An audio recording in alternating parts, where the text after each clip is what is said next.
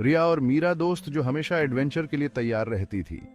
कोई भी चैलेंज हो वो कभी पीछे नहीं हटती थी। तो जब उनको डेयर मिला कि एक रात हॉन्टेड ब्लैकवुड मैनर में बितानी है, वो झट से मान गई। ये पुराना मैनर अकेला और वीरान खड़ा था। चारों तरफ एक अजीब सी खामोशी थी जो डरावनी कम और इनवाइटिंग ज्यादा लग रही थी। कम से कम इन दोनों दोस्तों को तो ऐसा ही लग रहा था। जैसे ही सूरज ढलने लगा और मैनर पर लंबी डरावनी परछाइयां पड़ने लगी, वो दोनों अंदर चली गई। उन्हें क्या पता था कि अंदर कौन सी भयानक चीजें उनका इंतजार कर रही हैं। अंदर की हवा में सड़न और धूल की एक अजीब सी गंध थी। हर कोने में मकड़ी के जाले लगे हुए थे। बस फर्श के नीचे लकड़ी के टुकड़े उनके पैरों के नीचे चरचरा रहे थे और कोई आवाज नहीं थी। रिया कांप उठी। उसकी रियर की हड्डी में एक अजीब सी सिहरन दौड़ गई। Are you sure about this Meera? उसने फुसफुसाते हुए कहा। उसकी आवाज उस भयानक खामोशी में बिल्कुल धीमी हो गई थी। मीरा, जो हमेशा डेयर डेविल बनी रहती थी, बस हंसती। उसकी हंसी खाली हॉल में गूंज उठी। डोंट वरी रिया, उसने अपना बैकपैक कंधे पर टांगते हुए कहा। It's just an old house. Let's go find the scariest room. Blackwood manner की एक अलग ही पहचान थी। लोग फुसफुसाते हुए कहानियां सुनाते थे कि यहाँ एक परिवार को मौत के घाट उतार दिया गया था और उनकी आत्माओं को आज तक शांति नहीं मिली। गांव वाले रात में अजीब आवाजें आने की बात करते थे, चीखें और बेजान फुसफुसाहट। कोई भी सूरज ढलने के बाद मैनर के पास जाने की हिम्मत नहीं करता था। उन्हें किसी अनजान शक्ति के गुस्से का डर था। हालांकि रिया और मीरा ने इन कहानियों को बेबुनियाद बताया, उन्हें लगा कि ये सब लोगों के दिमाग की उपज है। उन्होंने पहले भी कई वीरान इमारतों को देखा था और कभी कुछ नहीं हुआ था। It's all just stories Riya, Meera ने हिम्मत दिखाते हुए कहा। People love a good ghost story, don't let it get to you. लेकिन मीरा भी उस बेचैनी को नकार नहीं सकती थी जो मैनर में अंदर जाने पर उन्हें महसूस हो रही थी। आधी रात को जब पूरा चांद मैनर पर अपनी भयानक रोशनी डाल रहा था, रिया की नींद अचानक खुली। उसे एक अजीब सी आवाज सुनाई दी, जैसे कोई कांच पर उंगलियों से थपथपा रहा हो। वो उठकर बैठ गई। उसका दिल जोर जोर से धड़क रहा था। आवाज खिड़की से आ रही थी। धीरे से, सावधानी से वो खिड़की के पास गई। अपनी सांसें रोककर उसने अंधेरे में झांका और तभी उसने उसे देखा।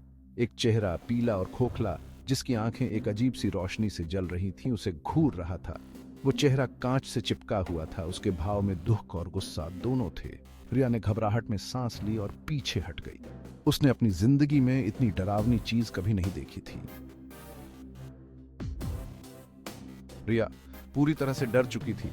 वो भागकर मीरा के पास गई, जो गहरी नींद में सो रही थी। उसे इन सब अजीबोगरीब घटनाओं से कोई फर्क नहीं पड़ रहा था। रिया ने डरते हुए अपनी भयानक आपबीती सुनाई। उसकी आवाज कांप रही थी। रिया को हैरानी हुई कि मीरा ने जम्हाई ली और उसे बस एक बुरा सपना कहकर टाल दिया। You probably just had a bad dream, Meera ने कंबल सर तक खींचते हुए कहा।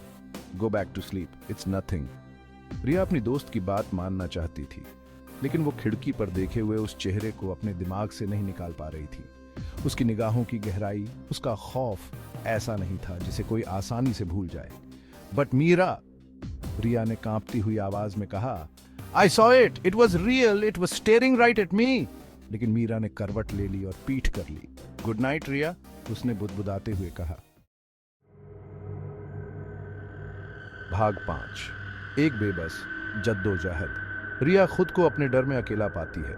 वो चेहरा पूरी रात खिड़की पर बार बार दिखाई देता है। हर बार वो पहले से ज्यादा करीब लगता है।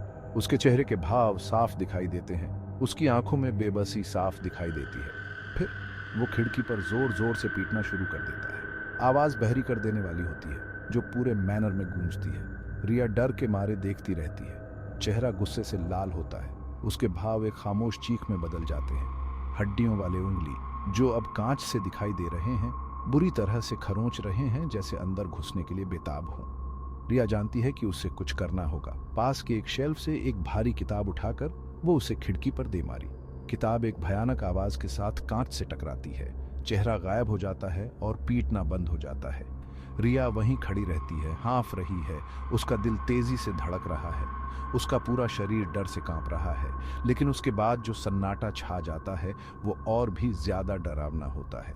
ये एक इंतजार का सन्नाटा था, किसी ऐसी भयानक चीज का जो बस आंखों से ओझल है।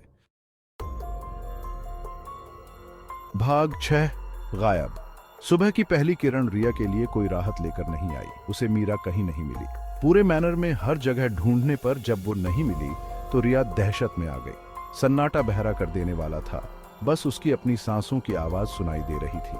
आखिरकार उसे अटारी में एक छुपा हुआ कमरा मिला।